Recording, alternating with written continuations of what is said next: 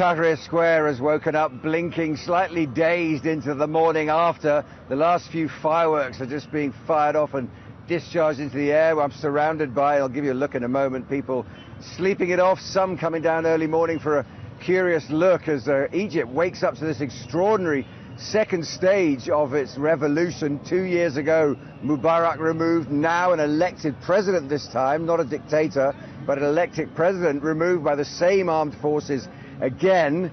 It was a busy night last night here in Cairo, but also across the country. Matruh on the Mediterranean coast, on that road that goes westwards towards Benghazi in Libya. They had the most casualties there. There was a lot of fighting there overnight. 3 people were killed in Alexandria. In another town called Minya, 3 people were killed. About 50 people were injured in Alexandria as well. All this amid calls for calm from the military and promises that they were going to make progress, seeing Egypt through this potentially unstable interim period.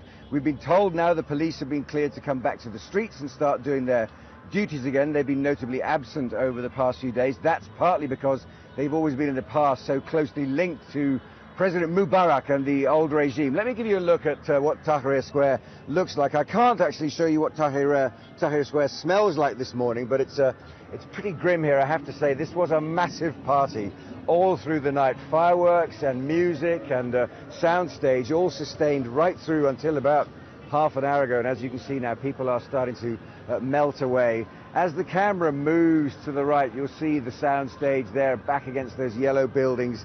That'll give you an idea. That's where the soundstage is. There are still people up on there. They're breaking up most of the PA, but bit by bit, Tahrir Square is returning to something resembling normal, although, of course, the question mark over Cairo today is just how normal can things become? Who elects a president and then a year later sacks them using the armed forces? Of course, it sounds like a military coup. It is, under many senses of the word, exactly that, a military coup. It's got the Americans worried, for example. They're not allowed under US law to give military aid to a country that's been taken over by the military, so that's something they've got to sort out. My colleague Sam Kiley, our Middle East correspondent, has been looking at the role of the army and what part they played in all this overnight.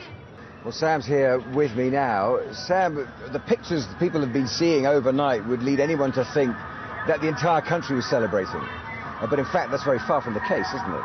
Very far indeed. If you look back to the election, some 52% of the country elected the former president now, and that leaves that large constituency, not all of them of course, he lost some support over the last year, but it leaves a very substantial number of people, largely people with a strong Islamist commitment, completely left out of the political structures of Egypt, and also very nervous. You have to remember that over the last 30-40 years, the Muslim Brotherhood in particular was subjected to very serious oppression. The group itself was banned in 1954, and for the decades that followed, its leaders were arrested, tortured, some of them were killed, and they're very, very fearful that there will be a return to that sort of dynamic.